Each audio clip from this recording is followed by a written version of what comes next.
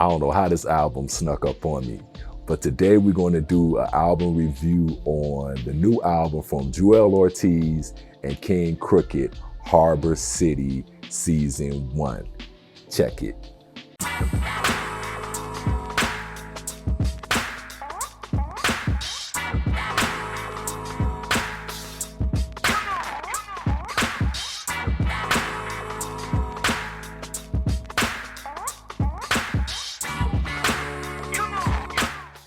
All right, today's Graff writer shout out goes to the homie Mode2 from London.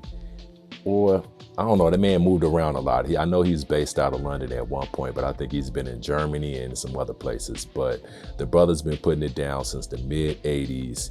I first got whim of that brother is when one of his characters was focused on the iconic graffiti book called Spray Can Art. His character was featured on the cover, and he had some mixed issues dealing with that, and he also thought that a New York artist should have been focused on that cover. But since then, the brother he's been painting a whole lot of walls, huge walls across Europe, and he's known for his characters and his use of color, man. His character's always been an inspiration to me because he always find a way to put them in a good environment and different situations, and then just sprawled across the whole wall. Check this brother out. I'm gonna put a couple of pictures of his stuff up. He's also another artist that's been into the gallery scene real heavy since he's left the street graffiti side. And then Mode2, you know what? He's also a brother that also spoke about the poison essence spray paint and how us graffiti writers should use masks. He really stood out on that. He really spoke out on that. And I think that's important for all graph writers to use masks, because the chemicals in spray paint, they're not good for us at all. So check out the homie Mode2, and that's our graph shout out for today. I got a bird over here messing with me. Hey, but today we're gonna be talking about the album from Joell Ortiz and King Crooked, Harbor City Season 1. This album came out in September, and it kind of snuck past me. I remember seeing them on the Math Hoffa interview, and I knew they was promoting something, but I don't know, it just skipped my mind to check out whatever that they were promoting and if they had dropped a new project or whatever. But I know they did another album this year, so this is their second album.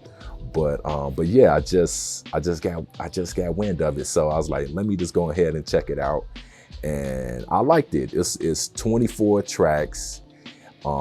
They only had a few features on there, which featured AZ, and that song is a standout song. We all know about Joell Ortiz. He's been around since the mid-2000s as a solo artist, and we also know about King Crooked, that's been around since, I would say, the late 90s, 2000s, also when he first came on the scene, when he was signed to Death Row.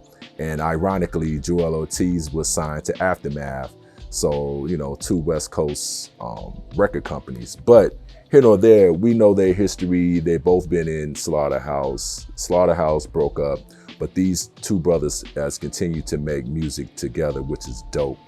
They're both seasoned and veteran MCs, and they know how to hold an album down by themselves and also create rhymes and songs with full concepts. And that's exactly what this album is. It's a concept album based off of Harbor City. You know, you got some cops in there, you got skits, and you have all of this programming, and the way they sequenced this album, it all came together.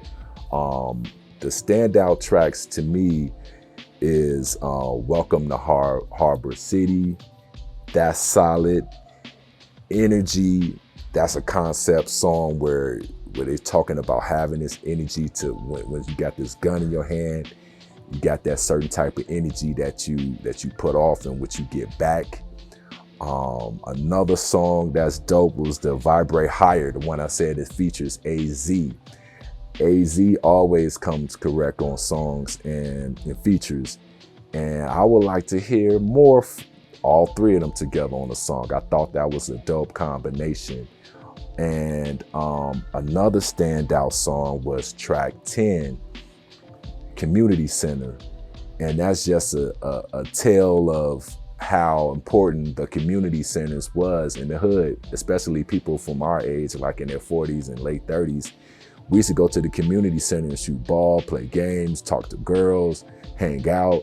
And then we also, you know, got relationships with the supervisors and the managers of the community centers that was, you know, almost like father figures or mother figures to us while we were hanging out there. So I thought that was a dope song to pay homage to the community centers in the hood. Another standout song that I like is the Pawn Shop Jewelry. I think that's track 12. And that's just storytelling. Joell Ortiz really stood out to me when he was, you know, telling the story about his homie trying to, you know, hustle and try to come up with a scheme to rob the jewelry store. His homie got shot, went through a whole situation, but yeah, it's dope the way Joell broke that down, and you can just visualize the whole scene. And that's why I put Joell Ortiz as a veteran MC status when it comes to rhyming and sticking to a subject and sticking to a concept. And if you listen to his albums, he always has a concept to his songs, and it's just dope. But yeah, but out of the 24 tracks, you got some skits in between there. One of the funny skits that I like on there was track 18. Nah, dead ass, yo, is like, it sounds like some straight up New York stuff, and I thought it was hilarious. And I like when you have skits in between songs that's funny, that can catch your ear, you know, in between the music. So, but yeah, I like it. You know, I like these two brothers anyway, so I had to do I don't think I ever did a review on Crooked or Joell, but this album snuck up on me and I was like, man, I gotta come correct and do something and do a review on it. But check it out. Tell me what you think. You know, leave it in the comments. Tell me, you know, even with the Graff writer stuff, like if y'all know some other Graff writers that I should talk about, or somebody that you think that's dope, leave it down in the comments and I'll check it out, and you know, we can talk about it. And I'm also thinking about doing a whole episode on graffiti writers and just showcase Graff and just really get in deep and talk about graffiti and how the importance of this culture is to hip hop, and then just how graffiti is important to art, as you know, just art period, you know, globally. So yeah, thanks for checking this video out, and I'll see y'all on the next one. It's your boy Smurs1, and this is my 2 cents. I'll holler at y'all later. Peace.